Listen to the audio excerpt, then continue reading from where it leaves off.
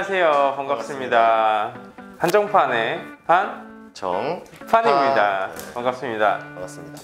네. 그 한정판 댓글을 한번 봤는데 네네. 그 약간 뉴스를 좀 보기 쉽게 정리해 주는 것 같다. 네네. 뉴스 안 봐도 될 것 같다라는 네. 의견들이 있어서 네네. 좋았던 것 같습니다. 저희 한정판 영상 하나만 보면 뭐 끝나죠. 그러면 우리가 뭐 이번 주 첫 번째 제일 좀 집중을 해볼 수 있을 만한 키워드는 뭐라고 생각하십니까? 일단 뭐 오늘도 그랬고 저번 주도 그랬고 미친 네. 듯이 움직이고 있는데 이제 바로 원전 관련주가 될 것 같아요. 원전 관련주는 아무래도 또 두산중공업을 담당하고 계시니까 네네. 한 대표님께서 좀 자세하게 네네. 설명을 또 잘 해주시리라. 원전이라는 키워드에서 정상회담에서 논의된 게 사실 예측하기 어려운 부분이 팩트가 맞았어요. 그죠? 그쵸. 주가 흐름 자체가 명확하게 앞으로 미래에 대한 이 기대감의 프리미엄을 받아주고 있는 상황이라고 저는 생각을 합니다. 당연히 원전이라는 키워드가 이제 탈원전을 벗어나서 다시 한 번 더 원전이 부활이 되고, 그로 인해 이제 SMR이라는 소형 모듈 원전이 이 게임 체인저로 변화한다 한들 지금같이 이제 시장에서 수급이 강하게 좀 쏠려지고 있는 상황이잖아요. 엄청. 그래서 원전이라고 하면 대부분의 종목군들이 다 올라가고 있어요. 뭐 BHI, 두산중업부터 시작을 해가지고 네. 우리기술, 뭐 모든 원전 관련주들이 다 올라가지고 있는데 역시 그 중에서 원탑은 또 두산중공업이죠.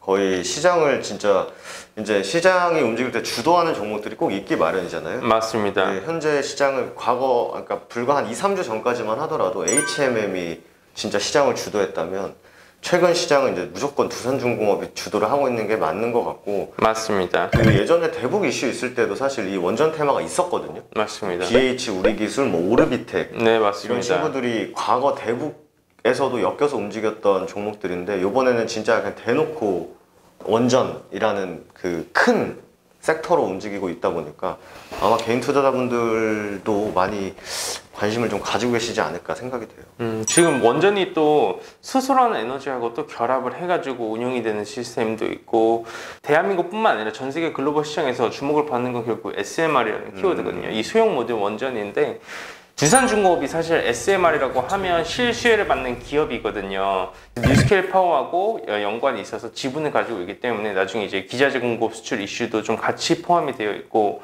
그로 인해서 어떻게 보면 아직까지는 뭔가 가시적인 결과물이 나와주지 않았지만 그 결과물이 나와줄 거라는 프리미엄을 받아 광기의 수급이 붙는 시기다. 그리고 뭐 일단 뭐 한미 정상회담에서 이제 시장을 땡겨줬고, 네네. 그 다음에 이제 뉴스 보니까 이제 워렌 버핏하고 빌 게이츠 아저씨가 맞습니다.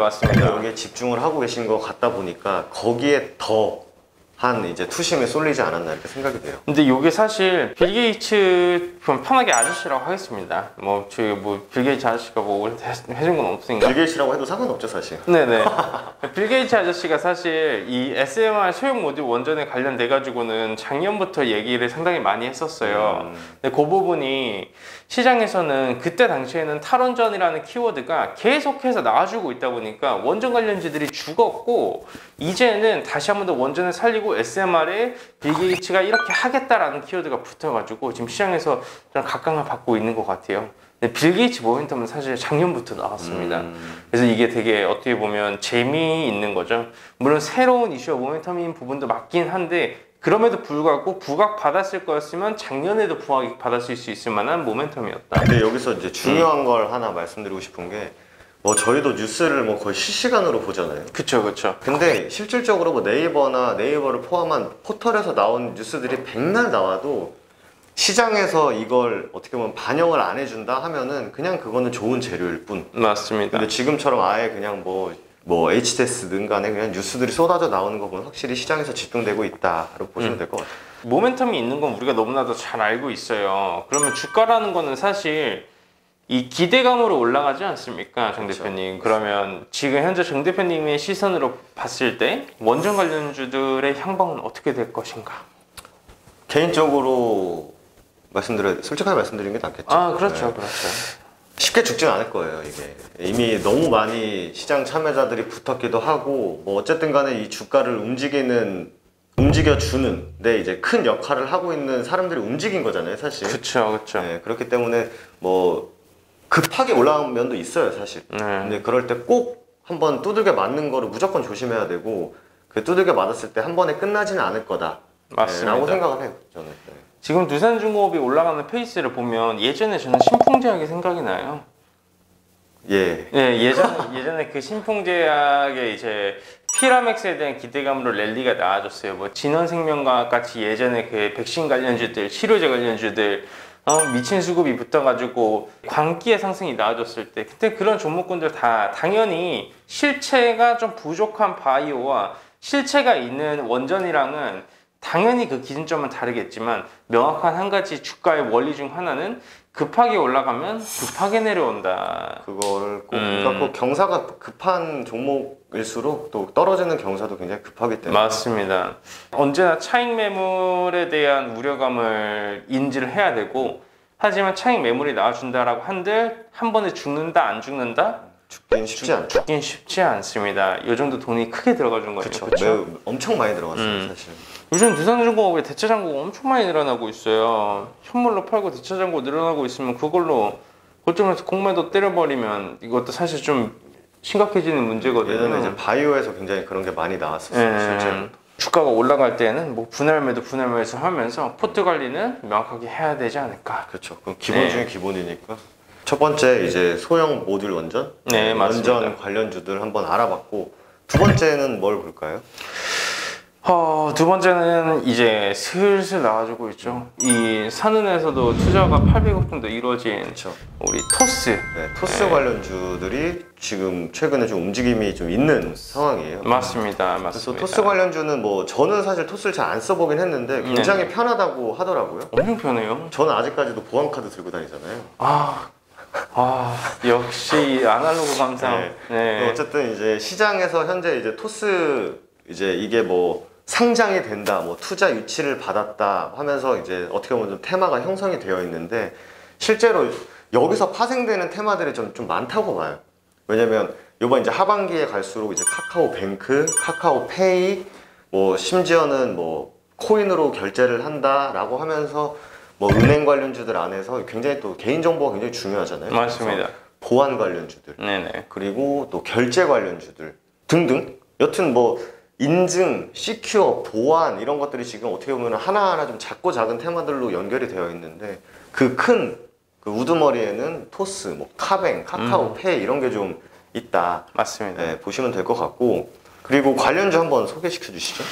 관련주 하면 여태까지 이제 시장에서 부각을 받고 있을 만한 종목은 뭐 한국전자인증, 뭐 하나투자증권, 이월드 관련주들을 사실 얘기를 할 때 우리가 키워드를 잡아야 되는 게 얼마만큼 직접적인 관계가 있기보다는 시장에서 이 종목을 관련주로 엮어줬냐를 보는 게 중요하거든요. 그렇죠. 왜냐하면 이거는 기대감으로 움직여주는 테마니까. 그렇죠. 그리고 좀 덧붙이자면 한 2달 전인가 이제 띵띵 인베스트먼트, 뭐 대성창투, 뭐 투자 맞습니다. 관련한 기업들이 엄청나게 올라갔었는데 맞습니다. 그게 뭐 두나무가 상장한다, 뭐 마켓컬리가 뭐 미국에 상장한다, 쿠팡이 상장한다 하면서 진짜 조금 지분 막 3%, 5% 갖고 있는 기업도 관련주로 엮인 그런 사례가 굉장히 많기 때문에 맞습니다. 테마는 테마로서 집중하는 게 맞고 네. 이 테마가 소멸하거나 아니면 좀 기대감이 좀 시들시들하거나 할 때는 철저히 대응을 해야 된다.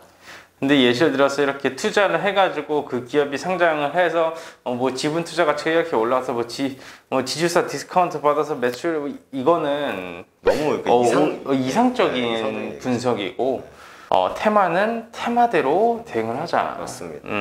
아마 이거 보시는 분들이 그럼 테마가 소멸한다는 게 무슨 뜻일까라고 질문을 가지실 수 있을 것 같아서 제가 지금 바로 딱 든 생각이 뭐냐면 우리가 이제 보통 촛불로 많이 비유를 하잖아요. 그렇죠. 테마의 끝은 이제 초가 다 타기 그 끝자락. 맞습니다. 보통 이제 초가 마지막에 가장 불을 제일 키우니까 이제 그렇게 좀 이해하시면은 쉬울 것 같아요. 환희의 끝자락이 고점이죠. 그렇죠. 그래서 와, 불 난다 이게 시작이 아닌가 하겠지만 시장에서는 마지막 불꽃이 딱 다 탔을 때는 딱 끝나버리는 그런 흐름을 가져가니까 주구장창 그냥 뭐 좋다니까 뭐 붙잡고 있는 것보다는 분할매도 하자. 그렇게 하시는 게 제일 좋지 않을까 생각이 됩니다.